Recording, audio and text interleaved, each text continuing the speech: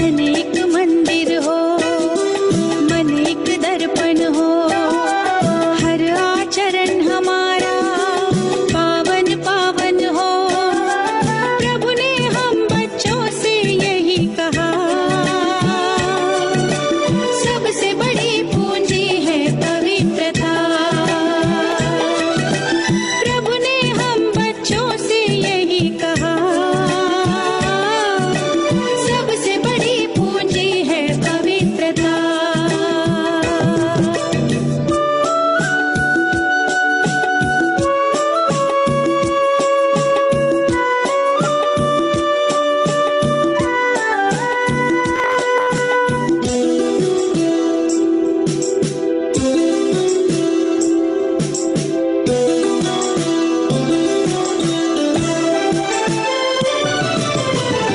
परम पिता ने पवित्रता की ऐसी राह दिखाई,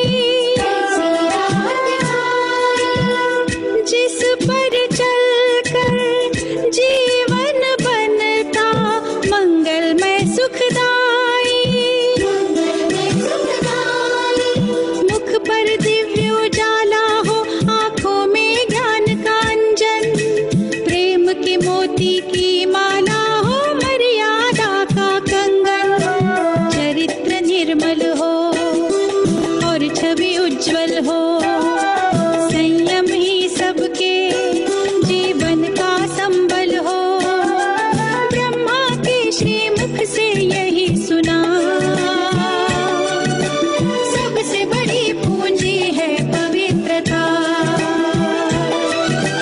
ब्रह्मा के श्रीमुख से यही सुना, सबसे बड़ी पूंजी है पवित्रता।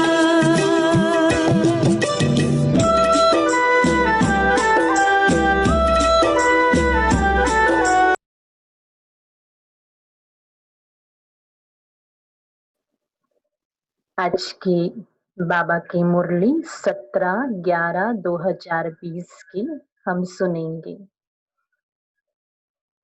मुरली के सार में शिव बाबा कह रहे हैं, मीठे बच्चे, बाप आए हैं वाइसलेस दुनिया बनाने, तुम्हारे कैरेक्टर सुधारने। तुम भाई भाई हो तो तुम्हारी दृष्टि बहुत शुद्ध होनी चाहिए। शिव बाबा हम बच्चों के लिए मेहनत कर रहे हैं इस बात की कि हम बच्चों की जो दृष्टि अपवित्र अशुद्ध बन गई है, अब उसे शिव बाबा शुद्ध बना रहे हैं। तो आज मुरली के सार में बाबा बच्चों को कह रहे हैं कि आने वाली दुनिया बहुत सुंदर पवित्र दुनिया है, तो उस पवित्र दुनिया में जाने के पहले हमें अपने संस्कारों को सुधारना बहुत जरूरी है। मुरली में प्रश्न बाबा पूछ रहे हैं, तुम बच्चे बेफिक्र बादशाह हो, फिर भी तुम्हें एक मूल फिक्रात अवश्य होनी चाहिए, तो वो कौन सी है? बाबा पूछ रहे हैं। तो बाबा का जवाब है, हम पतित से पावन कैसे बने, यह है मूल फिक्रात। ये चिंता हम बच्चों को होनी चाहिए कि किस प्रकार से हम आत्मा जो पतित बन गई है, अब फिर से हमें पावन बनना है।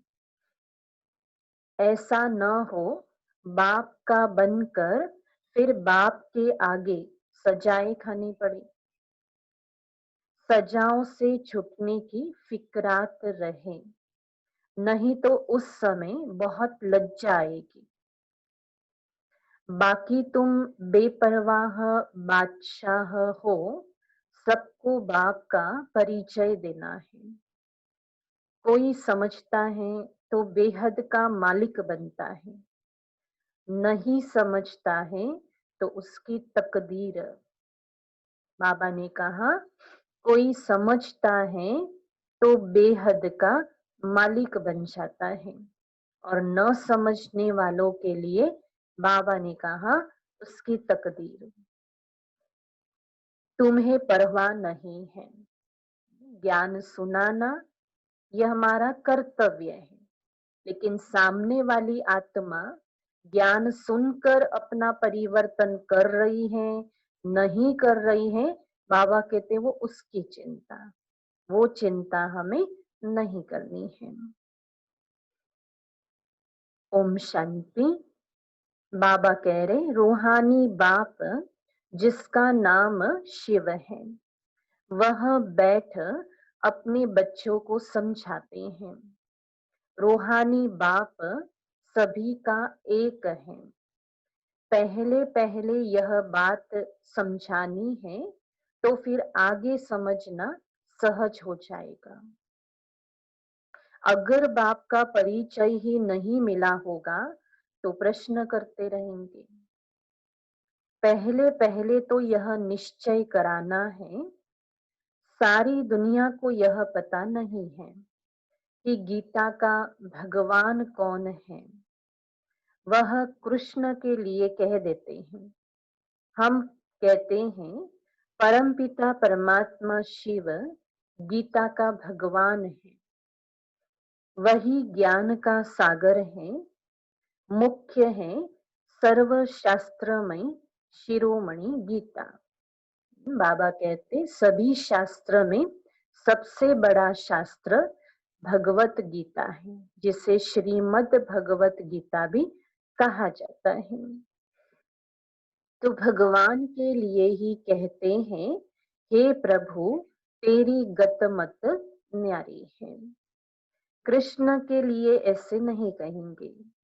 बाप जो सत्य हैं वह जरूर सत्य ही सुनाएंगे। भगवान को ट्रुथ कहते हैं, एवर ट्रुथ कहते हैं। तो भगवान कभी झूठ नहीं बोलता। यह मुरली भगवान की मुरली है।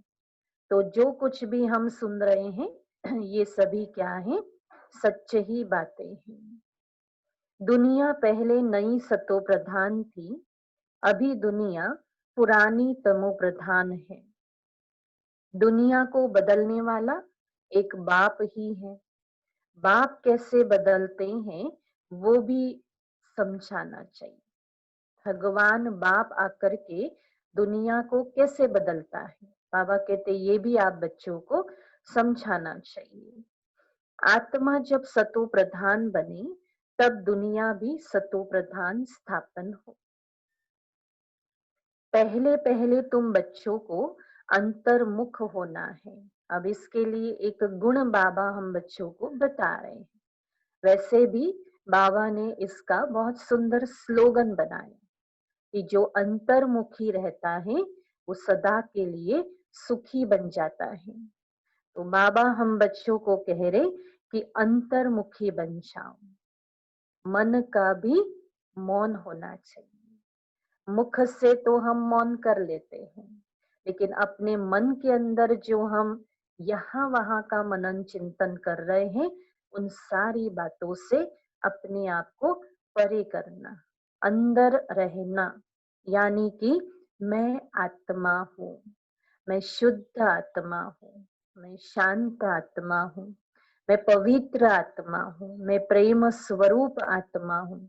ये इस प्रकार का अंदर मनन चिंतन करना, अंतर्मुखी बन जाना, तो सदा सुखी हो जाएंगे। बाबा कहते जास्ती टिक टिक नहीं करनी है। अंदर घुसते हैं तो बहुत चित्र देख करके पूछते ही रहते हैं।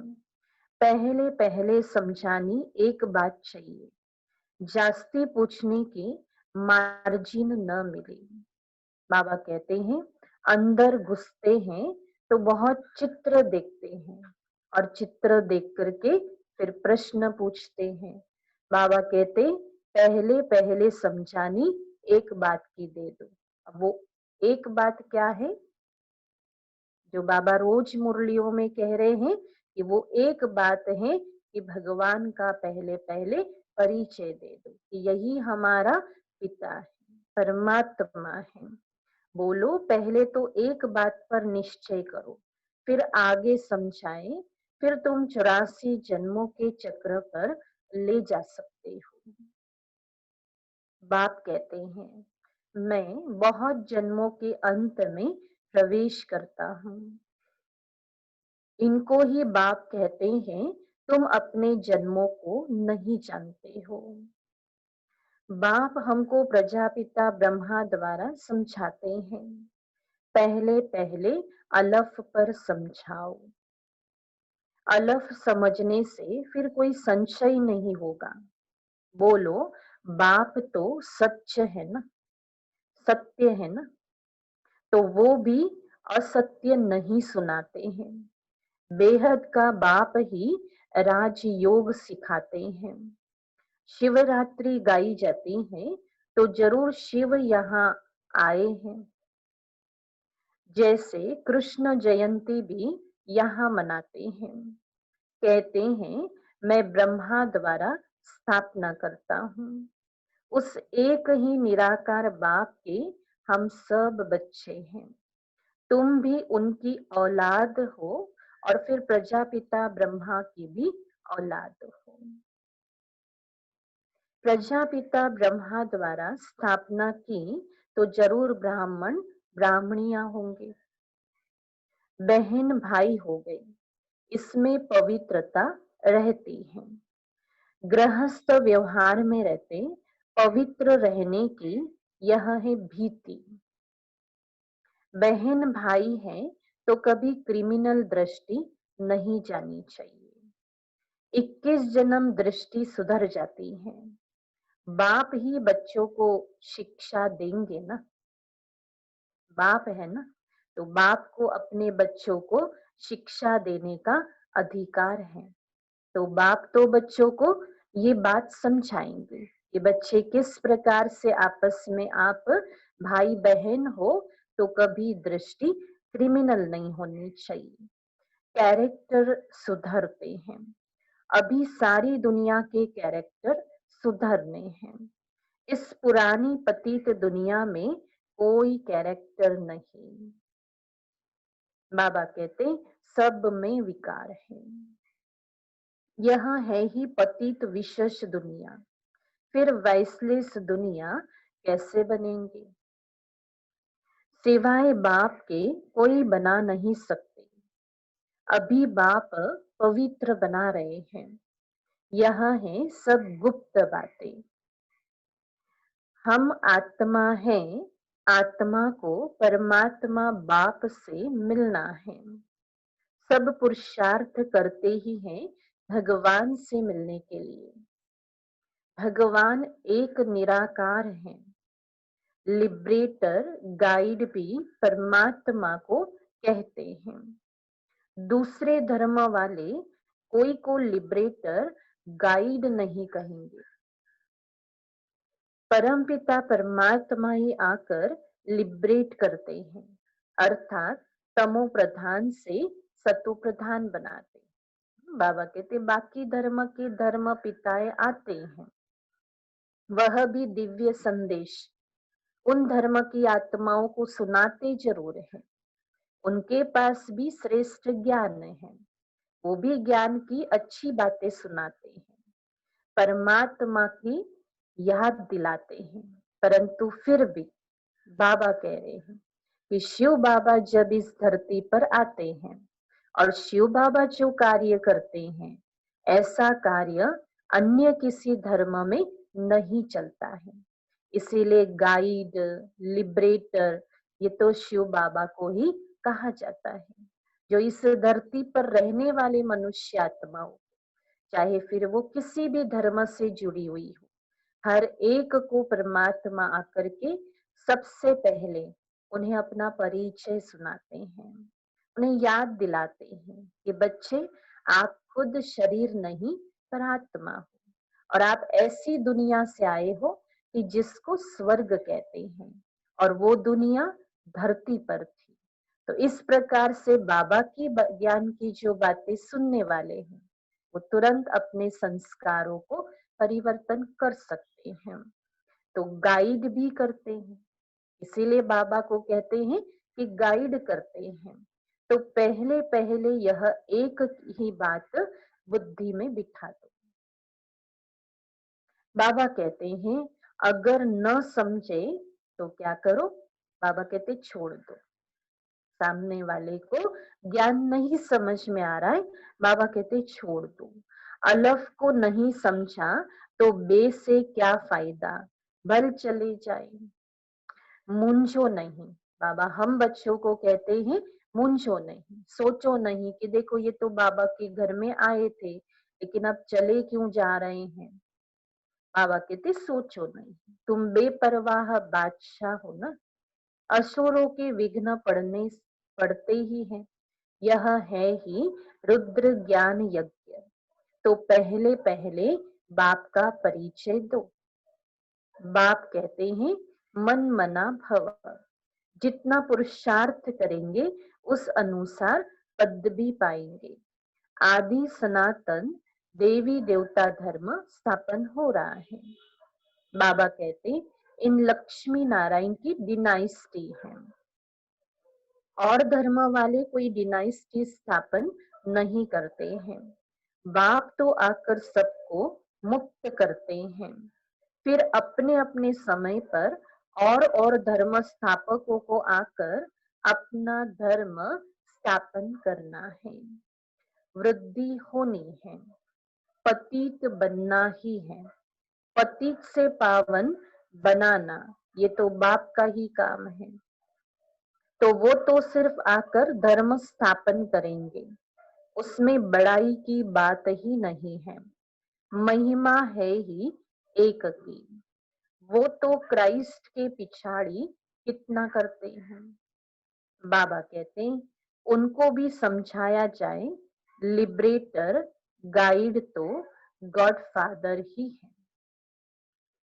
तो बाकी क्राइस्ट ने क्या किया? उनके पिछाड़ी क्रिश्चियन धर्म की आत्माएं आती रहती हैं, नीचे उतरती रहती हैं। दुख से छुड़ाने वाला तो एक ही बाप है। तो ये सब पॉइंट्स बुद्धि में अच्छी रीति धारण करनी है। एक गॉड को ही मर्सीफुल कहा जाता है। क्राइस्ट कोई दया नहीं करते हैं। भगवान को मर्सीफुल कहते हैं, दया का सागर कहते हैं, रहम दिल भी कहते हैं। कोई भी विपदा आती है तो सभी भक्त आत्माएं आसमान की ओर देख करके उस भगवान को पुकारते हैं कि भगवान आकर के हमारे ऊपर रहम करो, दया करो। तो बाबा कहते देखो मैं आकर तुम बच्चों पर दया करता हूँ। एक भी मनुष्य किसी पर मर्सी नहीं करते हैं, दया नहीं करते हैं। मर्सी होती है बेहद की। एक बाप ही सब पर रहम करते हैं। बाबा कहते हैं सतयुग में सब सुख शांति में रहते हैं, दुख की बात ही नहीं है। बच्चे एक बात अलफ पर किसको निश्चय कराते नहीं और बातों में चले जाते हैं। फिर कहते हैं गला ही खराब हो गया। सामने वाले को बहुत समझाना पड़ता है, समझता ही नहीं है तो बच्चे बाप को कहते गला खराब हो गया। अब बाबा कहते बच्चे तुम पहले ही उसे अलफ का परिचय दे दो तो बाकी आगे का ज्ञान समझ में आएगा। पहले पहले बाप का परिचय देना है, तुम और बातों में जाओ ही नहीं। बोलो बाप तो सत्य बोलेंगे ना। हम बीके को बाप ही सुनाते हैं, इसलिए नियम है हम किसी को भी ज्ञान सुनाते हैं ना तो बार बार हमें सुनाते समय कहना है देखो ये भगवान सुना रहे हैं, देखो ये हमारा पिता परमात्मा सुना रहा है। तो जो भी बात हम सुना रहे हैं हम इस प्रकार से सुनाएं कि ये भगवान के महावाक्य है। तो सामने वाले को लगेगा हाँ ये भगवान कह रहा है, ये भगवान की बातें हैं, इस बातों में ताकत है, तो तीर भी लगेगा। फिर बाबा कहते यह चित्र सब उसने बनवाए हैं। इसमें संशय नहीं लाना चाहिए। संशय बुद्धि विनश्यन्ति। पहले तुम अपने को आत्मा समझ बाप को याद करो तो विकर्म विनाश होंगे, और कोई उपाय ही नहीं है। बाबा आज बार बार हम बच्चों को फिर से आत्मा का पाठ पक्का करा रहे हैं। बाबा कहते हैं अपने आप को पहले खुद तैयार करो कि मैं आत्मा हूँ, और फिर जब सामने वाले को समझाते हैं तो इस प्रकार से समझाने से किसी को बाबा के चित्रों को लेके संशय भी नहीं आएगा। बाबा कहते और कोई उपाय ही नहीं है, पतित पावन तो एक ही है। बाप कहते हैं देह के सब संबंध छोड़ माम एकम याद करो। बाप जिसमें प्रवेश करते हैं उनको भी फिर पुरुषार्थ कर सतो प्रधान बनाना है। बनेंगे पुरुषार्थ से फिर ब्रह्मा और विष्णु का कनेक्शन भी बताते हैं। बाप तुम ब्राह्मणों को राजयोग सिखलाते हैं तो तुम विष्णुपुरी के मालिक बन जाते हो। फिर तुम भी 84 जन्म ले अंत में शूद्र बन जाते हो। फिर बाप आकर शूद्र से ब्राह्मण बनाते हैं। ऐसे और कोई बता न सके।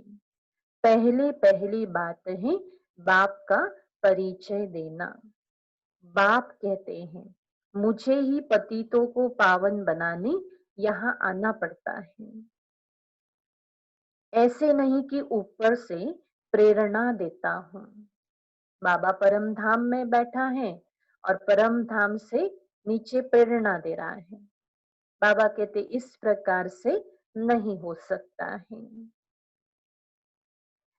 इनका ही नाम है भागीरथ, तो जरूर इनमें ही प्रवेश करेंगे।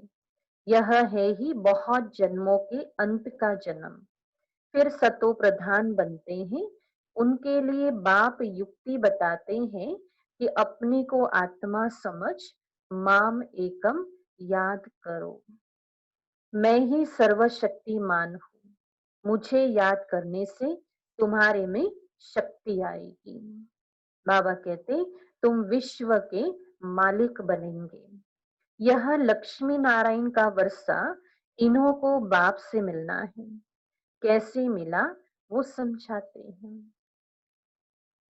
प्रदर्शनी म्यूजियम आदि में भी तुम कह दो कि पहले एक बात को समझो फिर और बातों में जाना। यह बहुत जरूरी है समझना, नहीं तो तुम दुख से छूट नहीं सकेंगे। बाबा को रहम दिल कहा ना, तो बाबा कहते देखो बच्चे बहुत दुखी हो गए हैं, तो दुख में आकर के ही तो भगवान को बुला रहे हैं।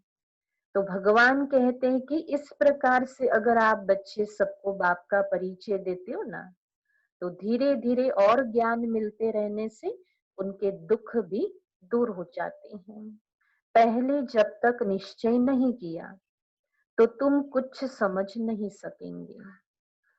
इस समय है ही भ्रष्टाचारी दुनिया। बाबा कहते देवी देवताओं की दुनिया श्रेष्ठाचारी थी। ऐसे ऐसे समझना है। मनुष्य की नब्ज भी देखनी चाहिए। इस प्रकार का सामने वाला व्यक्ति है, कितनी कैपेसिटी है, ज्ञान को कहाँ तक वो समझ सकता है। बाबा कहते ये सब कुछ जानकर फिर बाबा कहते कुछ समझता है या तवाई है, यानी क्रोधी है। ये भी बाबा कहते देखना है। अगर तवाई है तो फिर छोड़ देना चाहिए। कईयों को किसी किसी बात को समझ में नहीं आने के कारण थोड़ा गर्म हो जाते हैं, तो बाबा इसीलिए कहते हैं फिर आप क्या करना, छोड़ देना। क्यों बाबा कह रहे? क्योंकि बाबा कहते हैं टाइम वेस्ट नहीं करना चाहिए। चात्रक पात्र को परखने की भी बुद्धि चाहिए। जो समझने वाला होगा उनका चेहरा ही बदल जाएगा। कैसा चेहरा दिखाई देगा? खुशी वाला चेहरा दिखाई देगा।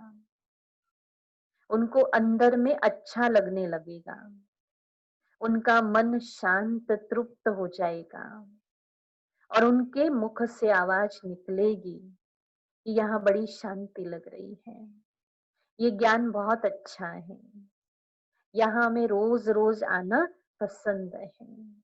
इसी स्थान पर हम कई दिनों से सोच रहे थे, हम ढूंढ रहे थे भगवान को, मिल गया भगवान। तो बाबा कहते ये निशानी है, जो ज्ञान को समझता है तो ये निशानी है। बेहद के बाप से बेहद का वर्षा मिलता है ना। बाबा जानते हैं याद की यात्रा में बच्चे बहुत ढीले हैं। अब 4 विषय बाबा ने दिए, ज्ञान, योग, धारणा, सेवा। तो बाबा योग शब्द को याद कहते हैं, बाबा की याद। तो बाबा कहते याद का सब्जेक्ट थोड़ा सा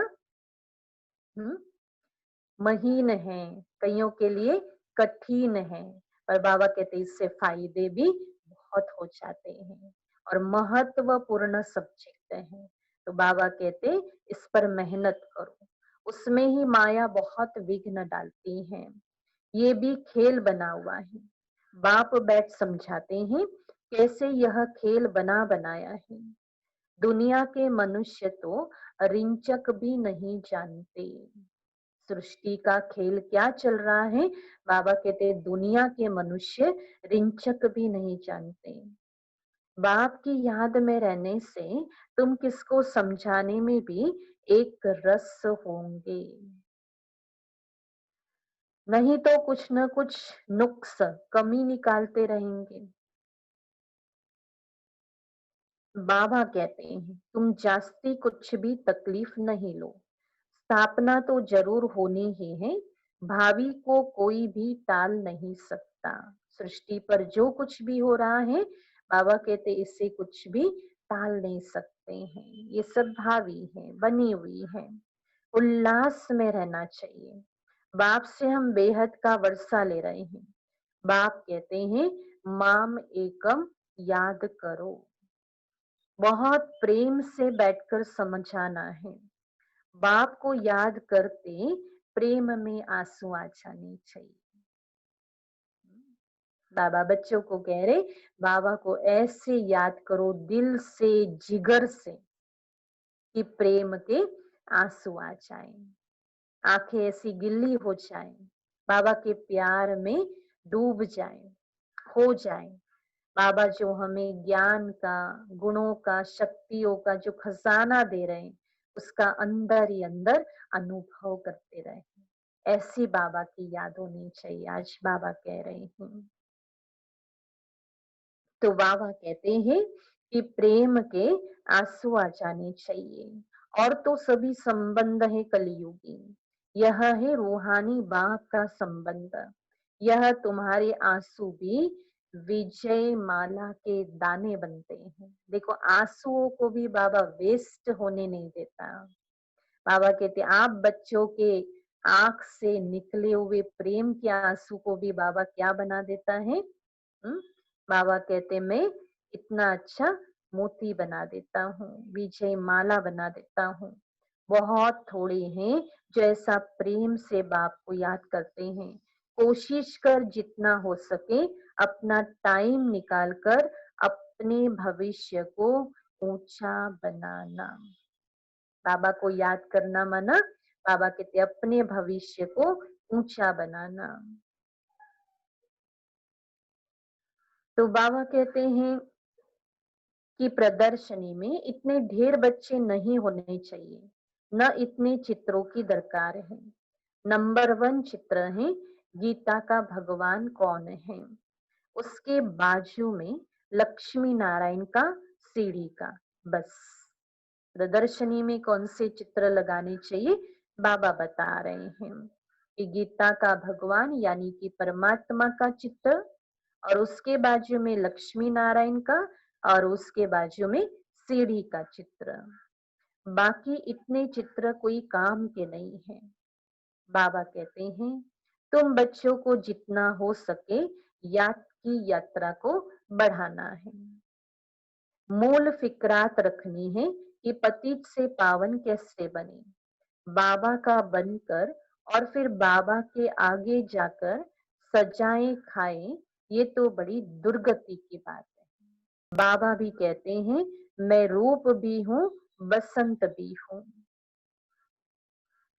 छोटी सी बिंदी हूँ और फिर ज्ञान का सागर भी हूँ। तुम्हारी आत्मा में सारा ज्ञान भरा है। 84 जन्मों का सारा राज तुम्हारी बुद्धि में है।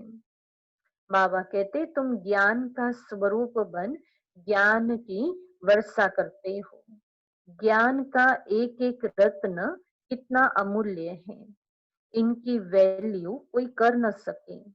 इसलिए बाबा कहते हैं, पद्मा पदम भाग्यशाली। बाबा कहते, तुम्हारे चरणों में पद्म की निशानी भी दिखाते हैं, इनको कोई समझ न सके। मनुष्य पद्मपति नाम रखते हैं, समझते हैं इनके पास बहुत धन है, तो पद्मपति का एक सरनेम भी रखते हैं। बाप सब बातें समझाते हैं, फिर कहते हैं, मूल बात है कि बाप को और 84 के चक्रों को याद करो। यह नॉलेज बाबा कहते भारतवासियों के लिए ही है। तुम ही 84 जन्म लेते हो, ये भी समझ की बात है। सीढ़ी के चित्र की बात बाबा बता रहे हैं कि बाबा कहते ये भी याद कर लो कि हमने 84 जन्म लिए हैं। तो ये भी समझ की बात है ना। और कोई सन्यासी आदि को स्वदर्शन चक्रधारी भी नहीं कहेंगे, देवताओं को भी नहीं कहेंगे। देवताओं में ज्ञान होता ही नहीं। संगम युग में बाबा ज्ञान दे रहे हैं और ज्ञान सुन करके हम सभी उस दैवी दुनिया में जा रहे हैं। तो वहां तो नया नाम, नया रंग, नया स्वरूप बन जाएगा, शरीर ही बदल जाएगा। बाबा कहते वहां पर ज्ञान सुनने की आवश्यकता नहीं, क्योंकि उस समय यहाँ वहां पर आत्मा भी पवित्र, तो आत्मा ने जो शरीर धारण किया वो भी पवित्र, तो पवित्र आत्मा को ज्ञान सुनने की जरूरत नहीं होती है। दुनिया ही पवित्र है, तो वहां ज्ञान की आवश्यकता नहीं है। बाबा कहते देवताओं को भी नहीं कहेंगे, देवताओं में ज्ञान होता नहीं। तुम कहेंगे हमारे में सारा ज्ञान है, इन लक्ष्मी नारायण में नहीं है। बाप तो यथार्थ बात समझाते हैं ना। तो यह ज्ञान बड़ा वंडरफुल है। तुम कितने गुप्त स्टूडेंट हो। देखो हम बैठ करके इतना ऊंचे भगवान से ऊंचा ज्ञान सुन रहे हैं और आने वाली नई दुनिया में हम ऊंचे बन जा रहे हैं। बाबा कहते इसीलिए हम गुप्त हैं, ये बात किसी को भी पता नहीं है। तुम कहेंगे हम पाठशाला में जाते हैं, भगवान हमको पढ़ाते हैं, तो एम ऑब्जेक्ट क्या है? हम यह लक्ष्मी नारायण बनेंगे। बाबा ने हमारा लक्ष्य याद दिलाया कि बच्चे आप लक्ष्मी नारायण बनेंगे। मनुष्य सुनकर वंडर खाएंगे। हम अपने हेड ऑफिस में जाते हैं, क्या पढ़ते हो? मनुष्य से देवता, बेगर से प्रिंस बनने की पढ़ाई पढ़ रहे हैं। बाबा के तो तुम्हारे चित्र भी फर्स्ट क्लास है। धन दान भी हमेशा पात्र को किया जाता है। पात्र तुमको कहाँ मिलेंगे? अब बाबा ये प्रश्न बच्चों से पूछ रहे हैं कि बच्चे आपको ज्ञान सुनने वाले पात्र, ऐसी आत्माएं कहाँ मिलेगी? तो बाबा कहते शिव के, लक्ष्मी नारायण के, राम सीता के मंदिर में, क्योंकि उस मंदिर में ही वो भक्त आत्माएं भगवान को याद करने के लिए, उनकी प्रार्थना करने के लिए आते हैं। बाबा कहते उस मंदिर में जाओ, देखो वहां आप शिव का ज्ञान दोगे तो वो झट समझ जाएंगे। जाकर तुम उन्हों की सेवा करो। बाबा कहते ऐसे मंदिरों में जाकर के उन भक्त आत्माओं की, वहां के पुजारियों की, ट्रस्टियों की बाबा कहते सेवा करो, परिचय दो उन्हें भगवान का। अपना टाइम वेस्ट नहीं करो, बाबा ने कहा। गंगा नदी पर भी जाकर तुम समझाओ, पतित पावनी गंगा है या परम पिता परमात्मा है। सर्व की सदगति यह पानी करेगा या बेहद का बाप करेगा।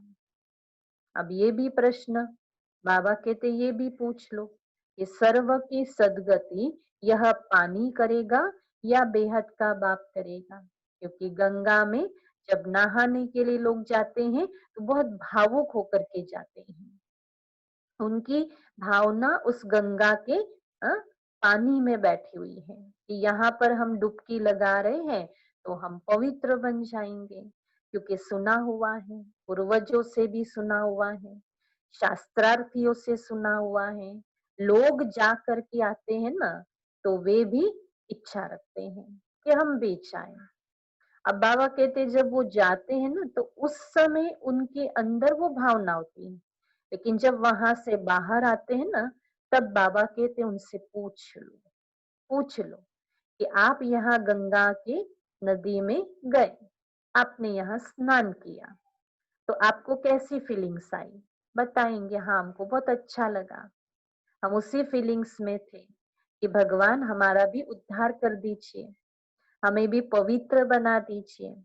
तो उस समय उनका मनन चिंतन वही था। लेकिन बाबा कहते फिर उनको पूछ लो कि अच्छा आपको ऐसे लग रहा है कि आपकी आत्मा तृप्त हो गई, आपका मन शांत हो गया, आपके मन से क्रोध निकल गया, आपका अहंकार खत्म हो गया, आपको अभी किसी भी चीज की लालच नहीं है, क्या आपको ऐसे लग रहा है। तो फिर धीरे धीरे वो बताते हैं कि नहीं नहीं इतना तो हम अपने आप को नहीं बता सकते हैं। तो बाबा कहते उनको बताओ कि सच बात क्या है कि परमात्मा जब प्रजापिता ब्रह्मा के तन में आके उनके मुख से जो ज्ञान सुनाते हैं उस ज्ञान को गंगा कहते हैं, और उस ज्ञान को सुनने वाली हम आत्माएं उसमें नहाते रहते हैं तो हम पावन बन जाते हैं। तो बाबा कहते फिर धीरे धीरे उन्हें समझ में आता है, तुम इस पर अच्छी रीति समझा सकते हो, विश्व का मालिक बनने का रास्ता बताते हो। बाबा कहते दान करते हो, कौड़ी जैसे मनुष्य को हीरे जैसे विश्व का मालिक बनाते हो। भारत विश्व का मालिक था ना, तुम ब्राह्मणों का देवताओं से भी उत्तम कुल है। यह बाबा तो समझते हैं, मैं बाप का एक ही सिखिलद्दा बच्चा हूँ। ब्रह्मा बाबा ऐसे अपने आप को समझाते हैं कि मैं शिव बाबा का एक ही सिखिलद्दा बच्चा हूँ। बाबा ने हमारा यह शरीर लोन पर लिया हुआ है, तुम्हारे सिवाय और कोई भी यह बातें समझ नहीं सकते हैं। बाबा की हमारे पर सवारी की हुई है, हमने बाबा को कुल्हे पर बिठाया है, अर्थात शरीर दिया है कि सर्विस करो। उनका एवजा फिर वो कितना दे देते हैं, जो हमको सबसे ऊंच कंधे पर चढ़ाते हैं। ब्रह्मा बाबा को नशा है, देखो शिव बाबा को यह तन मैंने दिया, तो इस तन के द्वारा शिव बाबा ने कितने बड़े बड़े दिव्य कर्तव्य किए। तो ब्रह्मा बाबा को नशा इस बात का है कि देखो इसका एवज शिव बाबा मुझे कंधों पर बिठा देते हैं, यानी कि मुझे बहुत ऊंची मंजिल तक पहुंचा देते हैं, नंबर 1 ले जाते हैं। बाप को बच्चे प्यारे लगते हैं, शिव बाबा को बच्चे बहुत प्यारे लगते हैं, तो उनको कंधे पर चढ़ाते हैं। जैसे लौकिक का भी है उदाहरण बाबा बता रहे कि लौकिक में भी बाप को बच्चे प्यारे लगते हैं तो कंधे पर बिठा देते हैं, खुशी में आ जाते हैं। तो शिव बाबा और ब्रह्मा बाबा ये दोनों के बीच की बात है। तो बाबा कहते हैं वैसे देखो शिव बाबा भी तो बच्चों को बहुत प्यार करते हैं। माँ बच्चे को सिर्फ गोद तक लेती है, बाप तो कंधे पर चढ़ा देते हैं। पाठशाला को कभी कल्पना नहीं कहा जाता है। हम सभी कहाँ बैठे हैं? पाठशाला में बैठे हैं। भगवान की बनाई हुई पाठशाला में हम सभी बैठे हुए हैं। इस पाठशाला में बाबा कहते कभी काल्पनिक बातें नहीं हो सकती हैं। स्कूल में हिस्ट्री ज्योग्राफी पढ़ते हैं तो क्या वह कल्पना हुई क्या? यह भी वर्ल्ड की हिस्ट्री ज्योग्राफी है ना।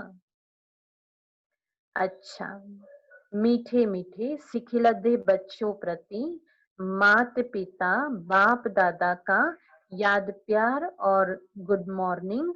रूहानी बाप की रूहानी बच्चों को नमस्ते। हम रूहानी बच्चों की रूहानी बाप दादा को याद प्यार गुड मॉर्निंग नमस्ते। तो आज की मुरली से धारणा के लिए मुख्य सार है। पहली बात बाबा बता रहे हैं, बहुत प्रेम से बैठकर रूहानी बाप को याद करना। बहुत प्रेम से बैठकर रूहानी बाप को याद करना। मजबूरी नहीं होनी चाहिए, जबरदस्ती भी नहीं होनी चाहिए। मुझे किसको याद करना है, किस लिए याद करना है? मुझे भगवान को बाप को याद करना है और मुझे अपना भाग्य बनाने के लिए याद करना है। संस्कारों को बदलना है, पतित से पावन बनना है, इसके लिए याद करना है। तो याद में प्रेम के आंसू आ जाए तो वो आंसू विजय माला का दाना बन जाएंगे। अपना समय भविष्य प्रारब्ध बनाने में सफल करना है। बाबा कहते अपना समय भविष्य प्रारब्ध बनाने में सफल करना है। दूसरी बात है अंतर्मुखी हो, सबको अलफ का परिचय देना। ज्यादा टिक टिक नहीं करना। एक ही फुरना रहे कि ऐसा कोई कर्तव्य न हो जिसकी सजा खानी पड़े। मुरली में वरदान है, शुभ भावना से सेवा करने वाले बाप समान अपकारियों पर भी उपकारी भव। शुभ भावना से सेवा करने वाले बाप समान अपकारियों पर भी उपकारी भव। तो बाबा कहते जैसे बाप अपकारियों पर उपकार करते हैं, ऐसे आपके सामने कैसी भी आत्मा हो लेकिन अपने रहम की वृत्ति से, शुभ भावना से उसे परिवर्तन कर दो। यही है सच्ची सेवा। जैसे साइंस वाले रेत में भी खेती पैदा कर देते हैं, ऐसे साइलेंस की शक्ति से रहम दिल बन अपकारियों पर भी उपकार कर धरनी को परिवर्तन कर दो। स्व परिवर्तन से, शुभ भावना से कैसी भी आत्मा परिवर्तन हो जाएंगी, क्योंकि शुभ भावना सफलता अवश्य प्राप्त कराती है। बाबा ने कहा शुभ भावना सफलता अवश्य प्राप्त कराती है। स्लोगन है, ज्ञान का सिमरन करना ही सदा हर्षित रहने का आधार है। ज्ञान का सिमरन करना ही सदा हर्षित रहने का आधार है। आज मुरली के सार में बाबा ने बताया, मीठे बच्चे बाप आए हैं वाइसलेस दुनिया बनाने, तुम्हारे कैरेक्टर सुधारने। तुम भाई भाई हो तो तुम्हारी दृष्टि बहुत शुद्ध होनी चाहिए। बाबा ने प्रश्न पूछा, तुम बच्चे बेफिक्र बादशाह हो, फिर भी तुम्हें एक मूल फिक्रात अवश्य होनी चाहिए, तो वो कौन सी है? तो बाबा ने कहा, हम पतित से पावन कैसे बने, यह है मूल फिक्रात। ऐसा न हो बाप का बनकर फिर बाप के आगे सजाएं खानी पड़े। सजाओं से छुटने की फिक्रात रहे, नहीं तो उस समय बहुत ही लज्जा आएगी। बाकी तुम्हें बेपरवाह बादशाह हो, सबको बाप का परिचय देना है। कोई समझता है तो बेहद का मालिक बनता है, नहीं समझता है तो उसकी तकदीर तुम्हें परवाह नहीं करनी है। तो आज की मुरली में यह विशेष बातें थी कि हमारी दृष्टि को भी पवित्र रखना है, कैरेक्टर सुधारने हैं, और उसके लिए बाबा ने गुण बताया, अंतर्मुखी रहना है और हर एक के प्रति हमें शुभ भावना जरूर रखनी है। अच्छा, ओम शांति।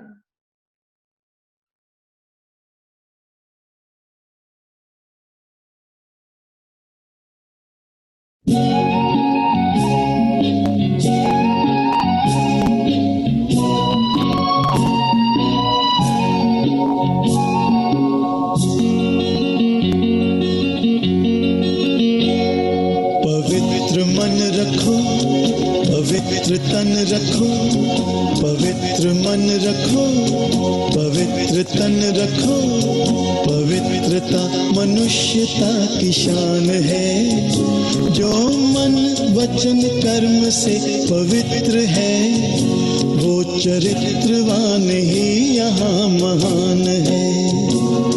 पवित्र मन रखो, पवित्र तन रखो, पवित्रता मनुष्यता की शान है, जो मन वचन कर्म से पवित्र है, वो चरित्रवान ही यहाँ महान है।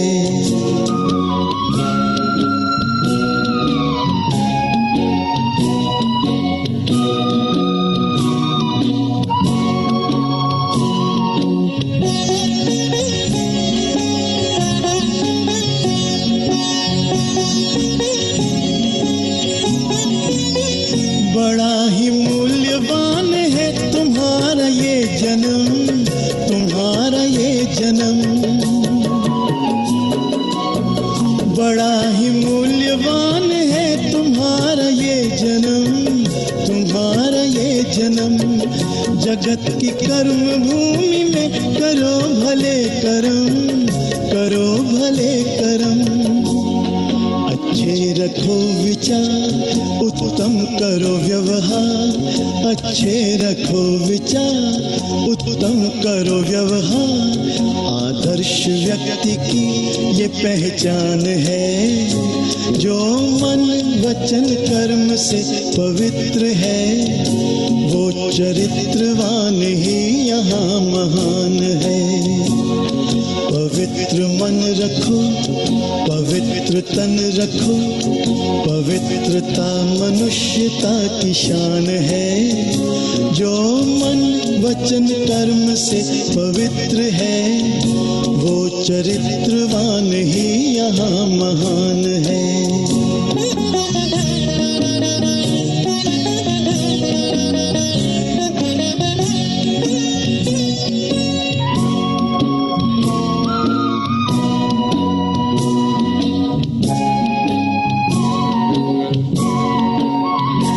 अपनी आँख में अमृत रखो विमल विमल, सदा विमल विमल।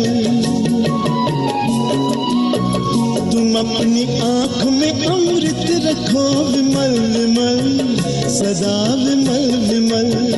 तुम्हारी वाणी में माधुर्य हो सरल सरल, सदा सरल सरल। तुम हो के निर्विकार, सबका करो सत्कार।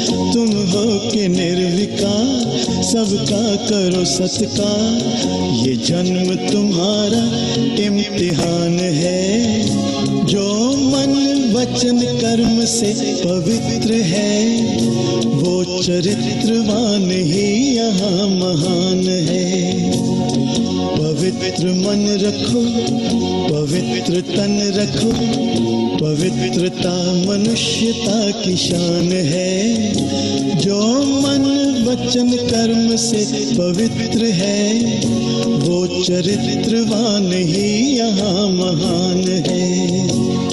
पवित्र मन रखो, पवित्र मन रखो, पवित्र मन रखो, पवित्र मन रखो, पवित्र मन रखो।